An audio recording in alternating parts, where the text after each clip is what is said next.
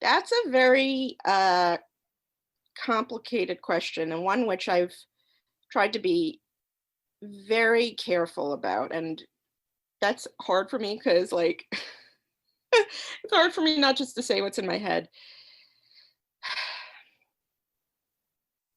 Um, First of all, just like on a 20,000 feet uh, answer to that, speaking any language other than English in the United States is a political act, right?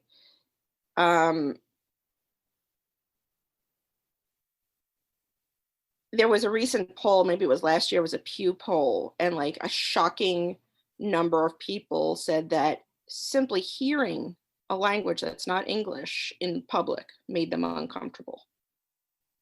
What the fuck? Like what universe are these people living in that they're so fragile they can't even hear another language? Um, you know, so yes, I think that choosing, 20,000 feet, like choosing to speak any other language, to learn a language and to speak it in public is always going to be a political act because monolingualism is so deeply, deeply ingrained in, American values. It's such an important American value. Okay, so that's one thing. Two, I would say, in a certain sense, Yiddish, certainly for me, has been a political act because, again, the mainstream or the, hegemonic Jewish American value, and if you're speaking of hegemonic Jewish American values, number one is Zionism. Okay. And Zionism, there is no room for other Jewish languages. Hebrew is it. And that, but the thing is, again, because a lot of these values are often, they're not necessarily articulated like that. They're, right below the surface. Everybody understands what they are. Nobody needs to say that because everybody knows it. But I found as soon as I started learning Yiddish, and then when I graduated, and I became a Yiddishist in public, I started doing Yiddish in public, immediately, I would say, this a neutral statement, I would say I study Yiddish or I'm a Yiddishist. And people would say, well, why do you hate Hebrew? Why do you hate Israel? And I'd be like, what the fuck are you talking about? That's a really weird thing. It's a weird jump. So, I can't say that my own interest in Yiddish has nothing to do with politics and Zionism because it does. Um, I was attracted to Yiddish because, well, I no, I was attracted to Yiddish mostly, as a young person because it provided something which I didn't realize I was lacking, which was a comprehensive, organic, holistic Jewish culture. It provided an alternative vision of Jewish life that was so starkly different than what I'd grown up with, which was frankly really empty. And of course, there are a lot of ways of being Jewish today that are not, the empty Long Island suburbs, but that was my experience. And growing up, I associated Zionism with that like there was no there. Like, why were they teaching me Zionism at Hebrew school? My parents didn't give a shit about Israel. They weren't anti-Israel, but it was just like, it's not a place we went.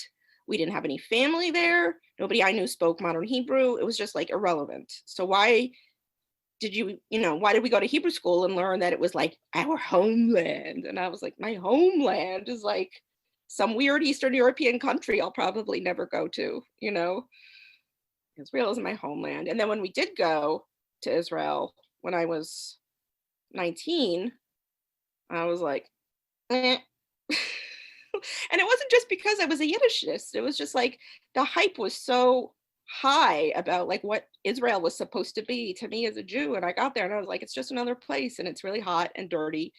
And I don't like the people on the tour with us. I was like, oh, sorry. So look, everything is political. Our decisions are always made within a matrix that is informed by politics. So I felt like, to me, Yiddish was a way to be Jewish in the world that didn't necessarily have anything to do with Zionism or anti-Zionism. To me, it was always this third way that was just such a relief. It was a relief not to have that, all of that, the matzav, like the problems on your shoulders. You didn't have to choose a team. I don't like choosing teams. I'm anti-teams. I'm very un-American in that way. I'm anti-team, except I'm Team Yiddish. But like anybody could be on Team Yiddish as long as you're into Yiddish. So, I would say Yiddish for me was political, but in a very qualified way. As a human being, there's a certain set of politics that I'm very interested in. I'm interested in radical politics. I'm interested in progressive values, all these things. So when I started learning Yiddish, I was like, holy shit, look at all this cool, Jewish communists and Bundists and this and that, like stuff nobody had ever taught me about. And I was like, this is amazing. I love this. So within Yiddish, it contained a politics that I, was really interested in and that felt very important to me. However, so all that said, one of the most important things that I really learned when I started studying Yiddish was that Yiddish is a language, and it is a language and culture which comes or evolved from a way of life which is extremely conservative and patriarchal. You have to respect that. You have to respect that. I don't have to be conservative and patriarchal. I don't have to buy into those values, but you have to respect the language as it is. I mean, the language can grow and change, which is, something that's a little bit of a controversial topic, but it really irritates me when I see people, out there in the world who learn like one thing about Yiddish and they're like, Yiddish is a language of protest. Yiddish is a language of politics. Yiddish is a language of radicals. Yiddish is this, Yiddish is that. I'm like, fuck you.